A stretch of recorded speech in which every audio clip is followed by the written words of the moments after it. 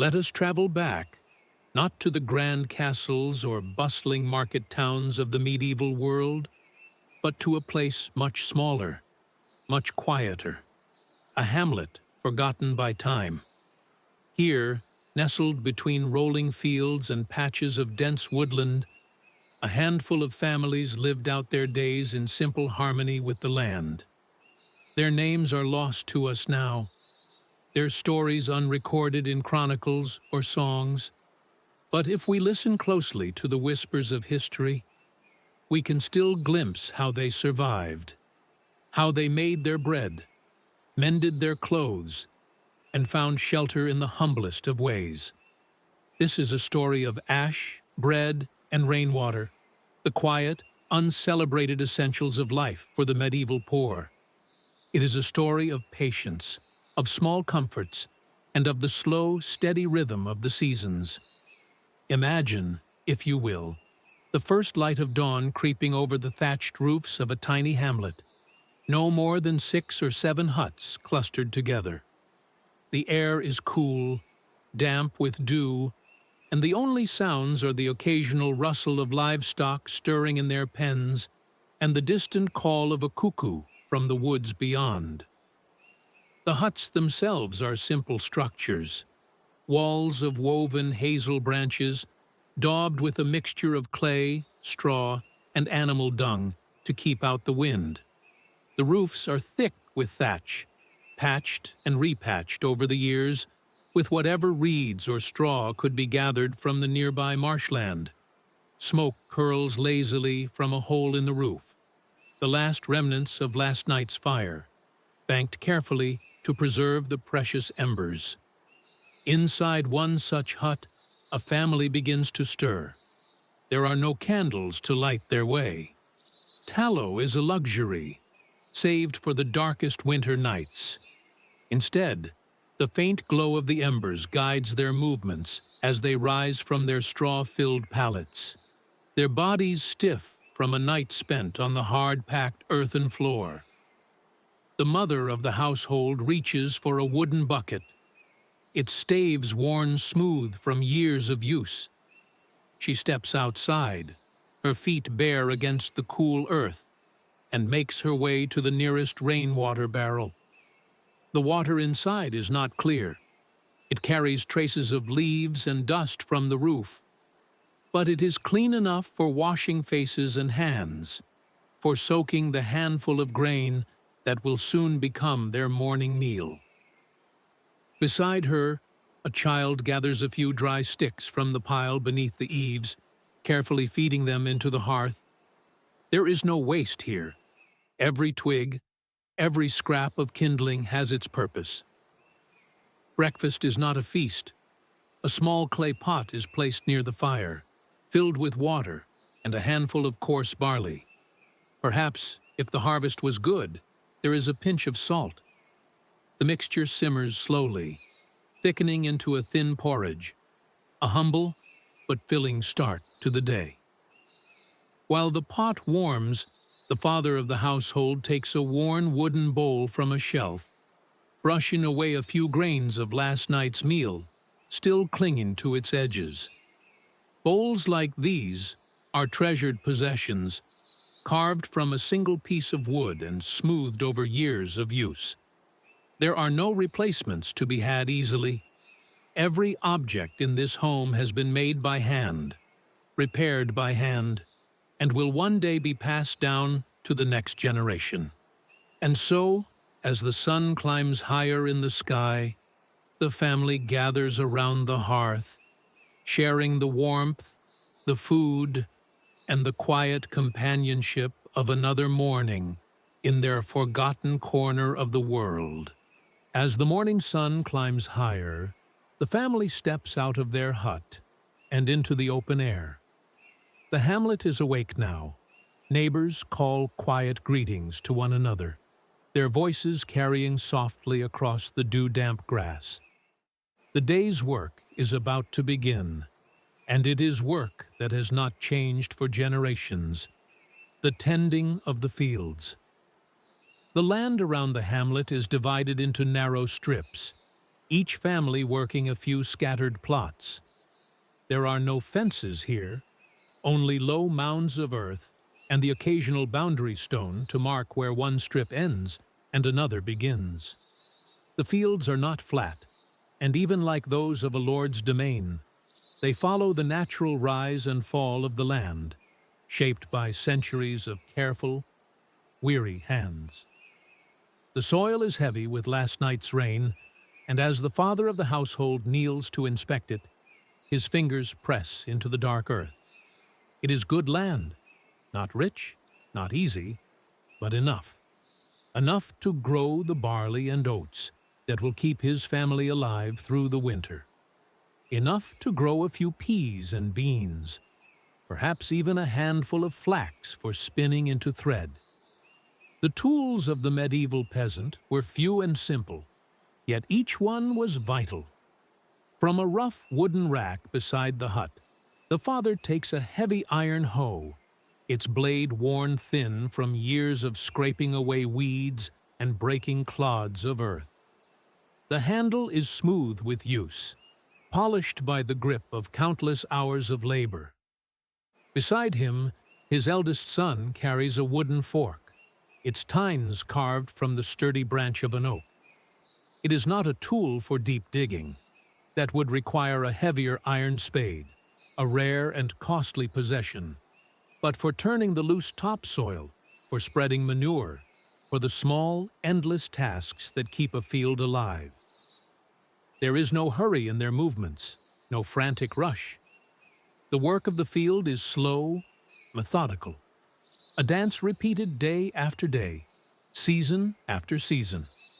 The father bends at the waist, swinging the hoe in steady arcs, breaking the crust of the earth so that the seeds to come will find a soft bed. His son follows behind, scattering handfuls of ash saved from the hearth. A poor man's fertilizer, but one that gives the soil just enough strength to bear another year's crop.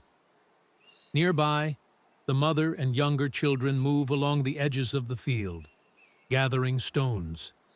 Each one is lifted, examined, and either tossed aside into a growing pile or tucked into a sack to be used later for mending a wall, weighting a thatch roof, or building up the hearth. Nothing is wasted. Even the smallest pebble has its purpose. By the time the sun reaches its zenith, the family pauses. They sit together at the edge of the field, their backs against a grassy bank, and share a simple meal, a loaf of dark, coarse bread, a wedge of hard cheese if they are fortunate, and a shared skin of watered ale. The bread is dense, made from barley and rye, its crust blackened slightly from the ashes of the hearth. It is not the fine white bread of the nobility, but it is filling, and it is theirs. As they eat, their eyes scan the fields, measuring the progress of the day's work. There is no need for words. Each knows what must be done before the light fades. The rhythm of the land is their rhythm, and they move with it, not against it. And so the day continues, steady and unbroken. There are no grand events here, no battles or feasts, only the quiet, unending labor that has sustained generations. The field will be readied, the seeds will be sown, and in time, if the weather is kind and the soil willing, there will be bread once more. As the sun begins its slow descent toward the treetops, the family turns their attention away from the fields and toward the woodland that borders their hamlet. The forest is not just a place of shadows and mystery. It is a larder, an apothecary, a workshop. Every branch, every leaf, every fallen twig holds some small use, some quiet purpose. The path into the woods is narrow, trodden into the earth by generations of feet, human and animal alike. The father carries a woven basket over one shoulder, its frayed edges proof of years of use. Beside him, his daughter clutches a small knife, its blade no longer than her thumb, wrapped carefully in a strip of cloth. Even the smallest tools are treated with care, for replacements are hard to come by. They walk slowly, their eyes scanning the ground. Here, a patch of young nettles, soon to be boiled into a fortifying soup. There, a fallen branch, its wood still green enough to be carved into a spoon or a peg. Nothing is taken without thought. The forest gives, but it must not be stripped bare. The daughter kneels beside a cluster of pale, umbrella-like plants. Wood sorrel, its leaves tart and refreshing. She plucks a few carefully, tucking them into the basket. Later, they will be chewed to soothe a dry throat, or steeped in water for a drink that tastes faintly of summer. Nearby, the father pauses at the base of an oak, running his fingers over a growth of fungus clinging to the bark. It is tough, leathery, tinder fungus, perfect for catching sparks when dry. He slices it free with his own knife, nodding in quiet satisfaction. Tonight, it will be set by the hearth to dry, another small safeguard against the cold months ahead. Not all treasures are found ready-made. As they walk, the father pauses now and then to strip long, flexible shoots from young hazel trees. These will be woven into baskets, or perhaps used to repair the wattle walls of their home. His hands move with practiced ease, twisting and testing each strand before adding it to the growing bundle under his arm.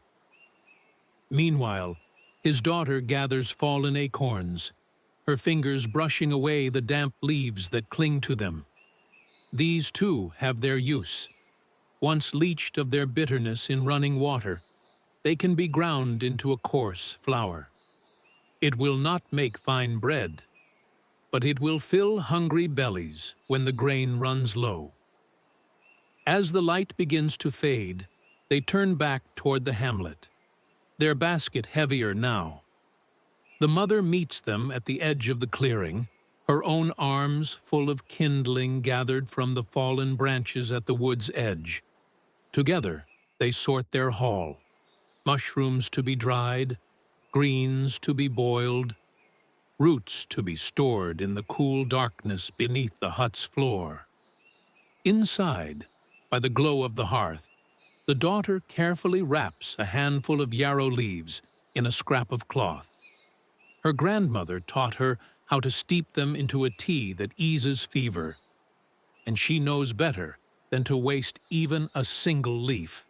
Closing thoughts. The forest does not give freely. Its gifts must be noticed, must be earned.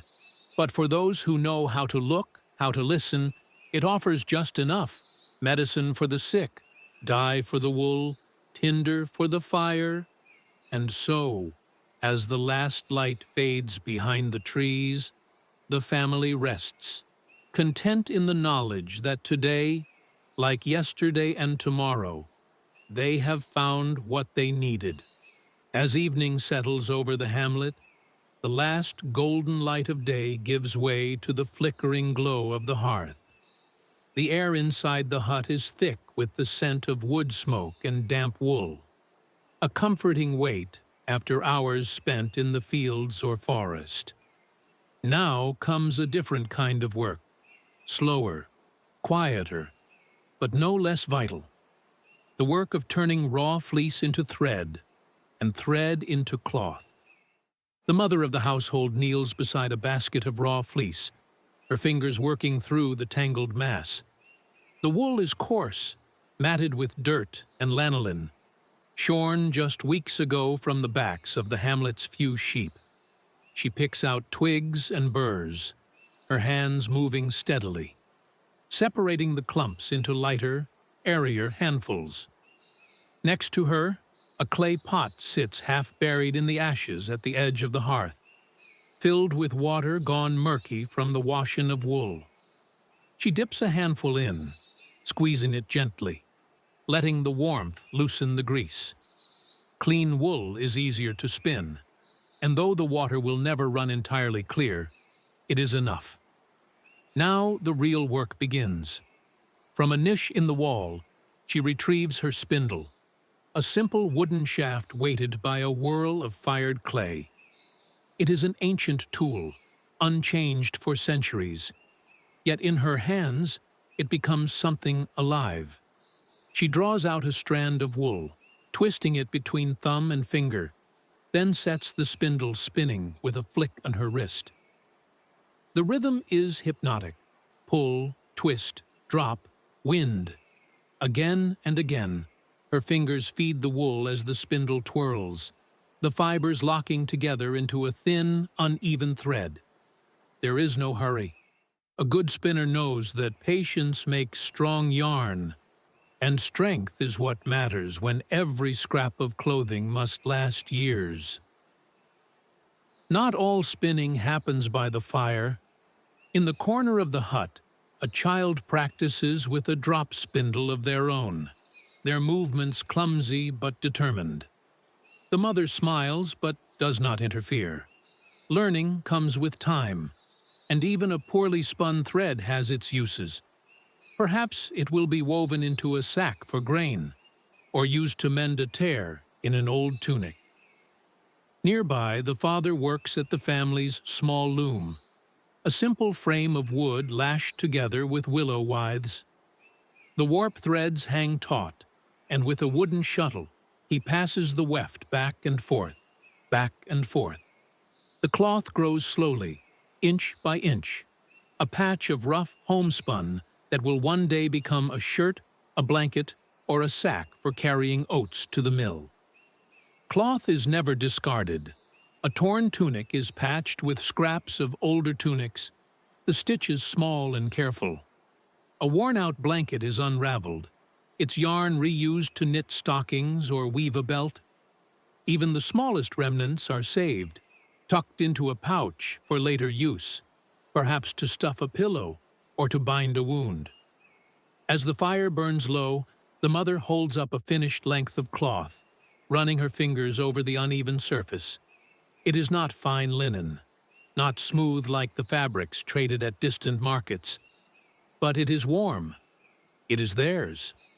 In this hut, as in 100 others, the work of hands transforms the raw into the useful, the fragile into the enduring. It is a quiet magic, one that requires no spells, no grand incantations, only time and care, and the knowledge passed down from mother to daughter, father to son. And as the last embers glow in the hearth, that knowledge lingers, as steady as the spindle's turn, as strong as the thread it spins. Before dawn has fully broken, when the mist still lingers in the hollows between fields, the women of the hamlet gather outside the squat stone bakehouse. Their breath hangs white in the chill air as they wait their turn at the communal oven, a domed bulge of clay and stone that has swallowed countless loaves across generations.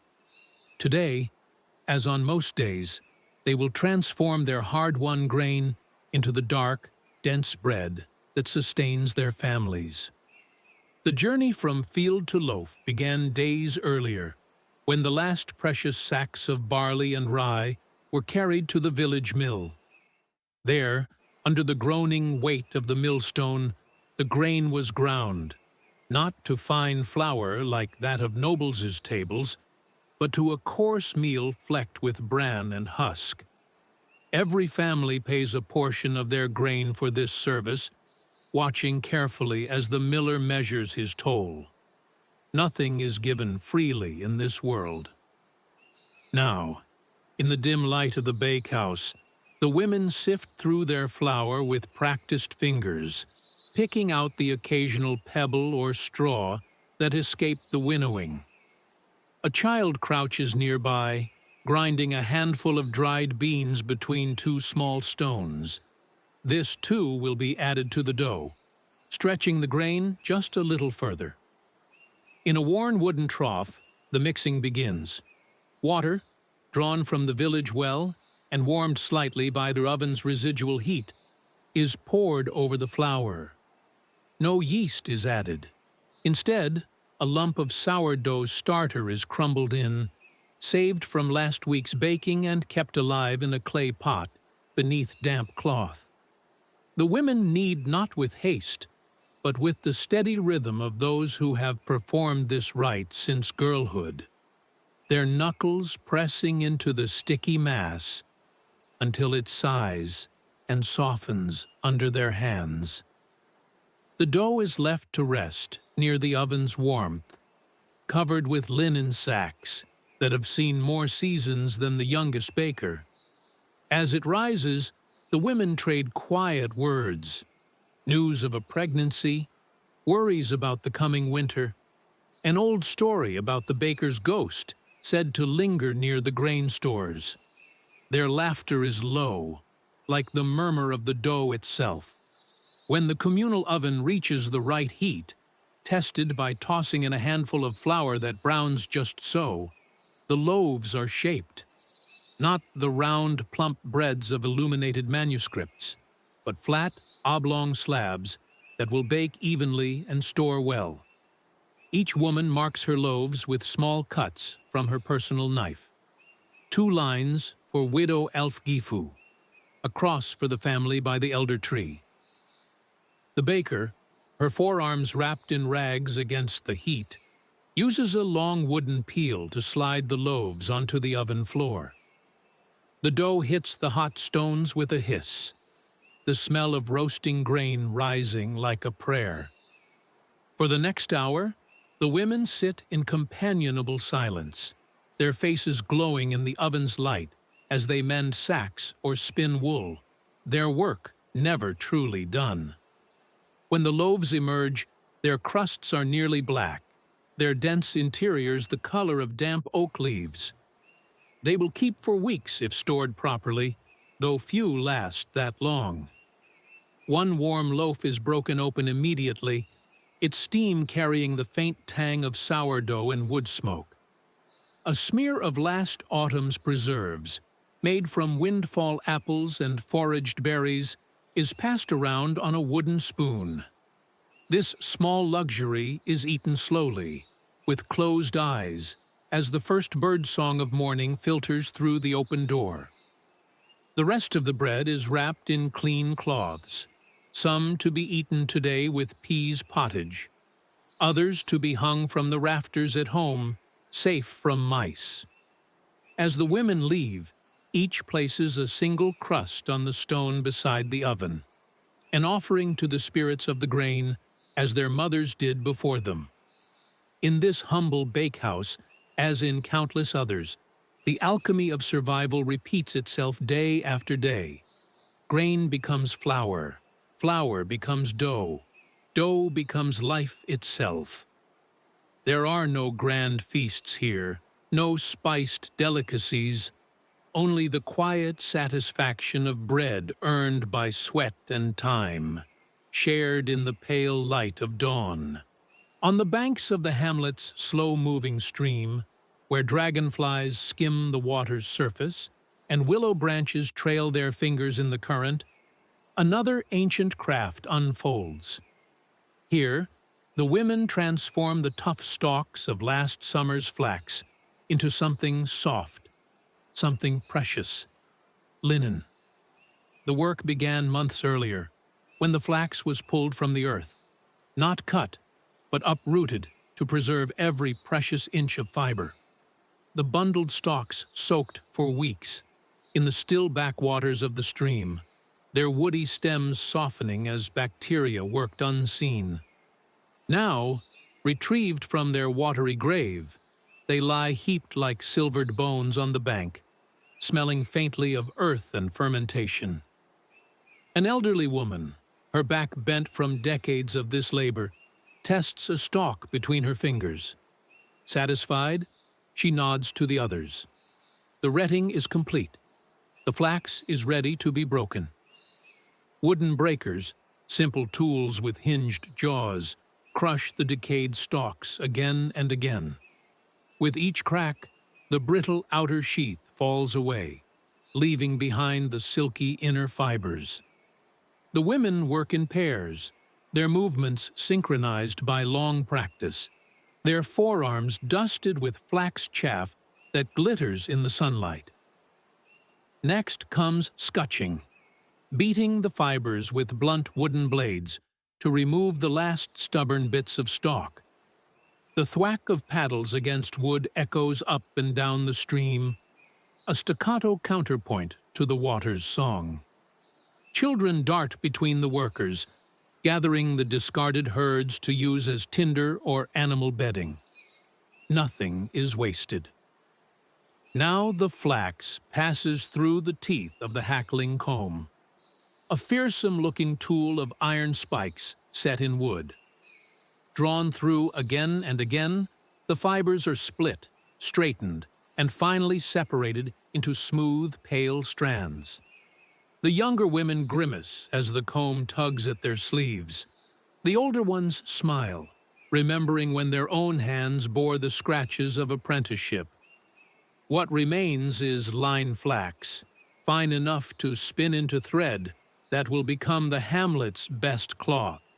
The tow, shorter, coarser fibers, is set aside for sackcloth or candle wicks. Even the dust that falls from the comb is saved to be pressed into poultices for burns.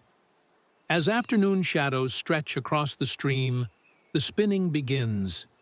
Distaffs bristling with flax are tucked under arms, and spindles whirl above the water's reflective surface. The spinner's fingers move ceaselessly, drawing out thread as thin as a spider's silk, yet strong enough to outlast wool by years. They speak little now, lulled by the rhythm of their work. A girl of perhaps 12 years watches her mother's hands intently, mimicking the motions with her own spindle. Her thread is lumpy, uneven, but the women nod approval nonetheless. Skill will come with time, as surely as the stream finds its way to the sea. By day's end, the spindles are full, the combs cleaned, the stream banks swept of debris. The linen thread will be woven into undergarments to wick sweat from skin, into caps to shield heads from the sun, into shrouds to cradle the dead.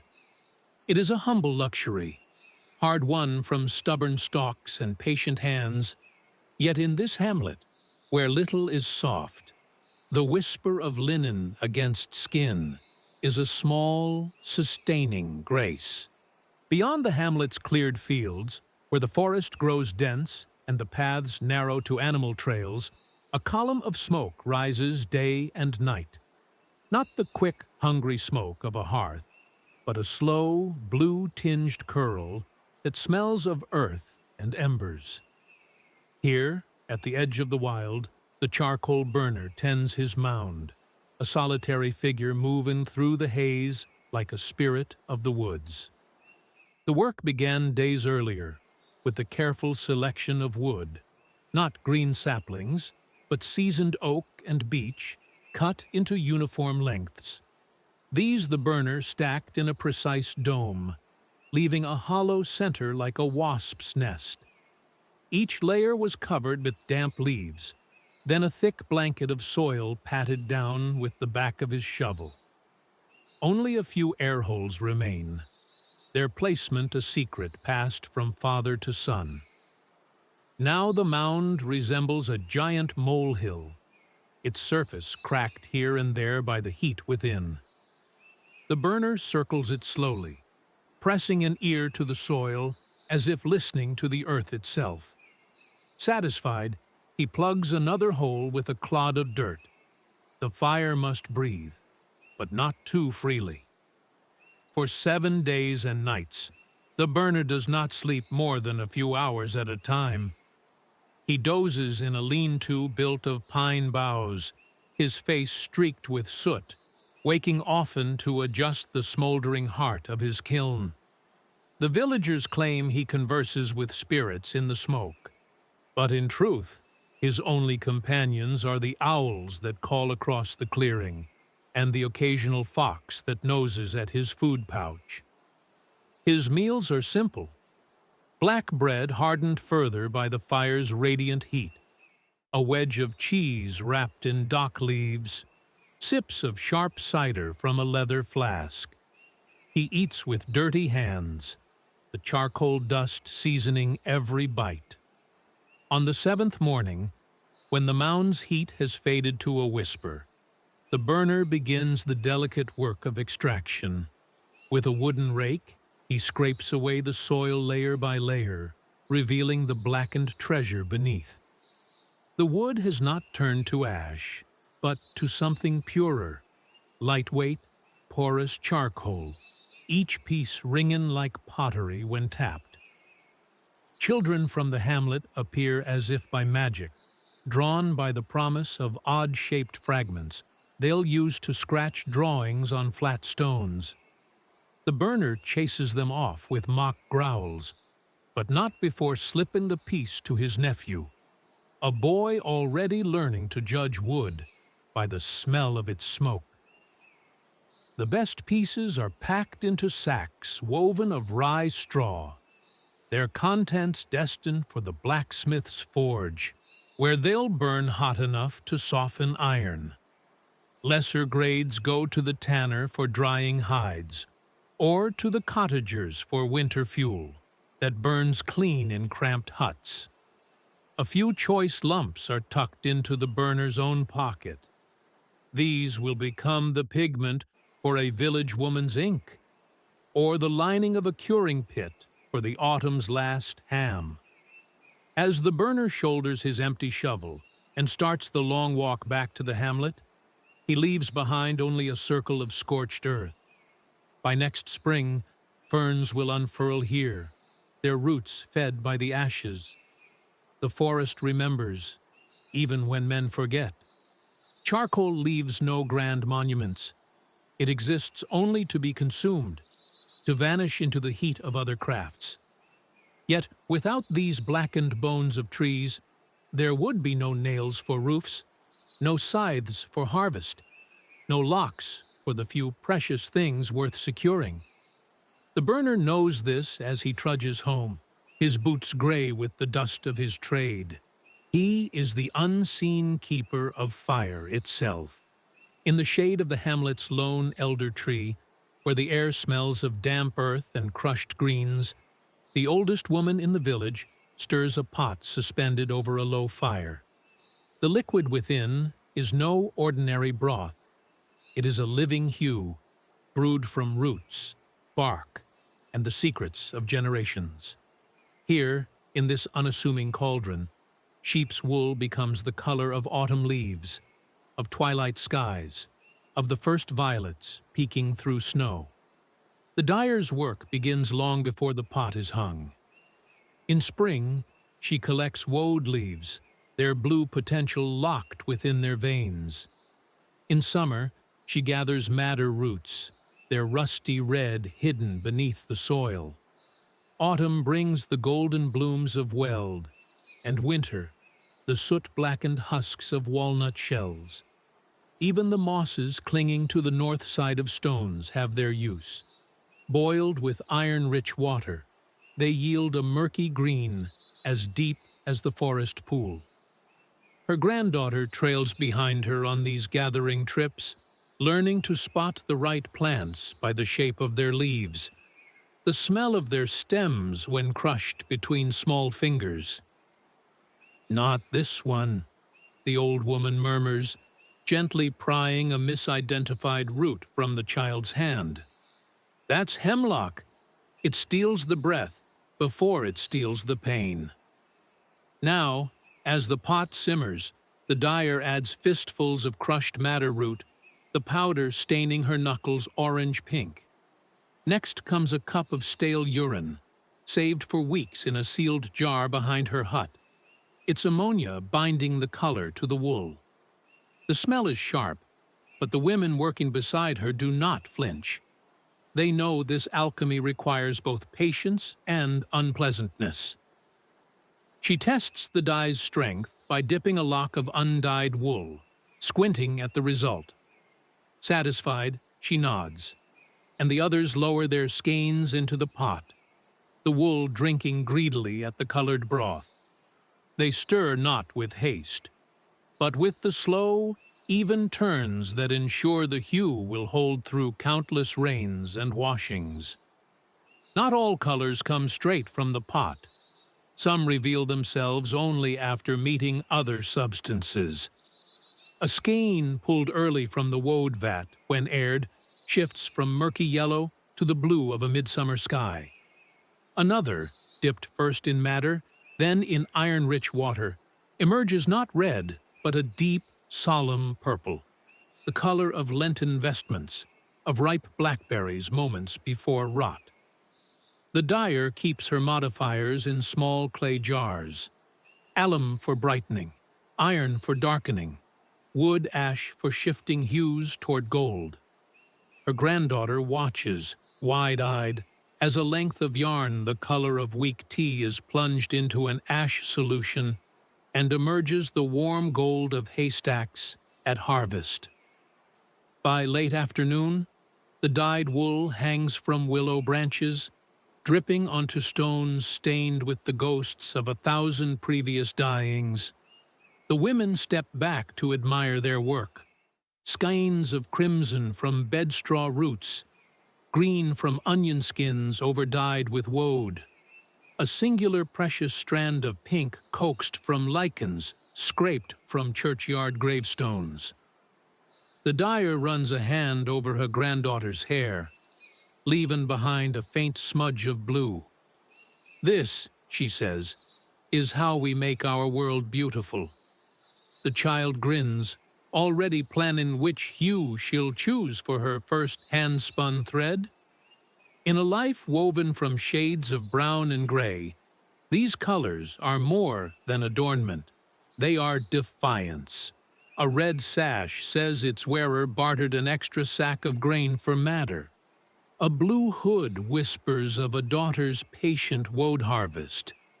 And when the dyer is buried, her shroud will be the rich black of oak galls, a final masterpiece to cradle her into the earth. As the last light drains from the sky and evening settles like a cloak around the hamlet, the villagers gather where smoke curls thickest from the storyteller's chimney. Inside, the air is hazy with peat smoke, and the scent of drying herbs hung from the rafters. The old man by the fire needs no book, no parchment. His face is a map of every tale he's ever told, each wrinkle a well-worn path through stories older than the standing stones on the hill. The storyteller begins, as he always does, by pouring a thimbleful of ale onto the hearthstones. The liquid hisses into steam, carrying the first words upward, like an offering. "Let those who came before us lend their voices tonight." The children press closer, knees bumping in the firelight, as he takes a long pull from his carved wooden cup. When he speaks again, his voice is different, deeper, slower, as if many throats speak through one. "I shall tell you," he murmurs, "of the Ash Bride." The women nod knowingly. They've heard this tale before, but never told quite this way. The men lean forward anyway. A good story is like stew, better reheated. His words paint a girl made not of flesh, but of fireplace ashes, molded by a lonely potter who wept into his kiln.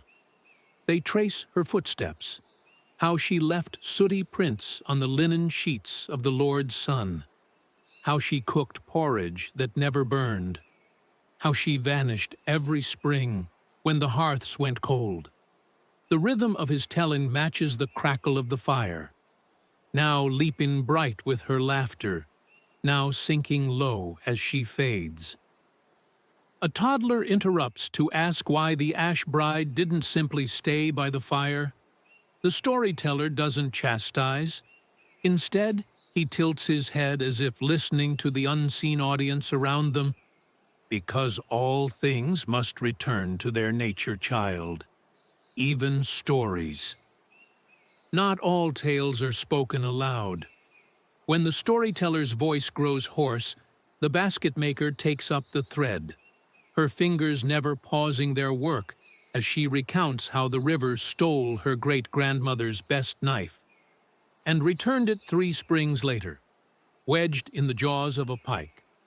A shepherd adds the time he woke to find his lost lambs guarded by a wolf with eyes like a man.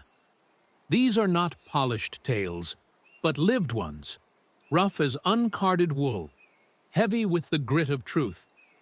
The storyteller listens keenly, filing away details to weave into future tellings. A good story collects tellers like a stream collects raindrops. Encouraged by nods, a girl of perhaps 7 summers stands on wobbling legs to recount her own epic. How she outwitted the rooster who pecked at her ankles every morning. Her version wanders like a stray lamb, embroidered with dramatic reenactments of the villain's flapping wings. The adults cheer loudest at her conclusion, where the rooster, now her sworn ally, helps her steal honey from the bees. The storyteller winks as she sits down, flushed with triumph. "That one," he declares, "will be stealing my seat before the snows come." The firelight catches the pride in her mother's eyes as she smooths the girl's flyaway hair. As the fire burns down to embers, the tales grow quieter. A memory of a frost that came too early. A whispered account of lights seen dancing in the barrow field. These are not stories for daylight. They belong to the time between wolf and dog, when the veil between worlds thins like morning mist on the river. One by one, the villagers leave, carrying home not just the stories, but the warmth of shared breath in the dark. For in this hamlet, where few can mark their names and no chronicler will ever record their lives, these spoken tales are the only immortality they'll ever know. It is the evening of Lammas Day, when the first loaves baked from the new harvest are blessed, and the veil between the living and the dead grows thin as a moth's wing. The villagers move through their fields not with scythes, but with quiet footsteps, for this is no night for reaping. Tonight, they walk the boundaries, remembering.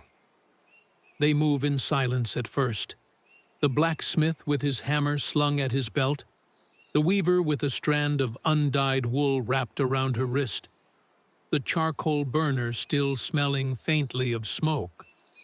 Even the children are hushed, clutching handfuls of poppies picked from the field's edge. At the front walks the oldest among them, a woman who remembers when this same path was trodden by her great-grandmother's generation. As they pass the oak where the stream bends west, she pauses to press a crumb of bread into the bark's fissures. "For those who hungered," she murmurs. Behind her, others add their own offerings, a twist of wool, a hazelnut, a single rusted nail. The tree has become a living altar, its roots cradling generations of small griefs. When they reach the barley field's highest point, the circle widens. One by one, voices rise in the gloaming. I remember Edmund, who could whistle like a blackbird. I remember little Marjorie, who gave her shoes to a beggar and went barefoot till snowfall. I remember the tanner's boy, who knew where the eels slept. Some names are spoken with laughter, others with tears. A young man kneels to trace a name in the dirt. His infant sister, gone before she ever tasted solid food. The earth here is soft, accepting. Come morning, rain will have washed the letters away, but for now, they linger like a scar on skin. From a linen-wrapped bundle, the oldest woman produces the lammas loaf, round as the sun, its crust scored with protective sigils. She breaks it with hands that have performed this rite 60 times or more. The pieces pass from hand to hand, each villager taking only a small bite. before offering it onward. This is no ordinary sharing. With each mouthful, they swallow more than bread. They take in the memory of those who once broke loaves on this same hill. The taste is of barley, yes, but also of wood smoke from long cold hearths, of hands that will never knead dough again, of stories told by voices now stilled. As true dark falls, they turn for home, but not by the same path.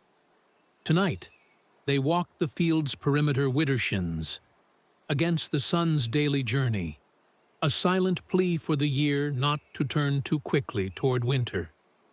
The children lag behind now, drowsy with ritual and late hours, their poppies leaving a trail of red petals like drops of candle wax.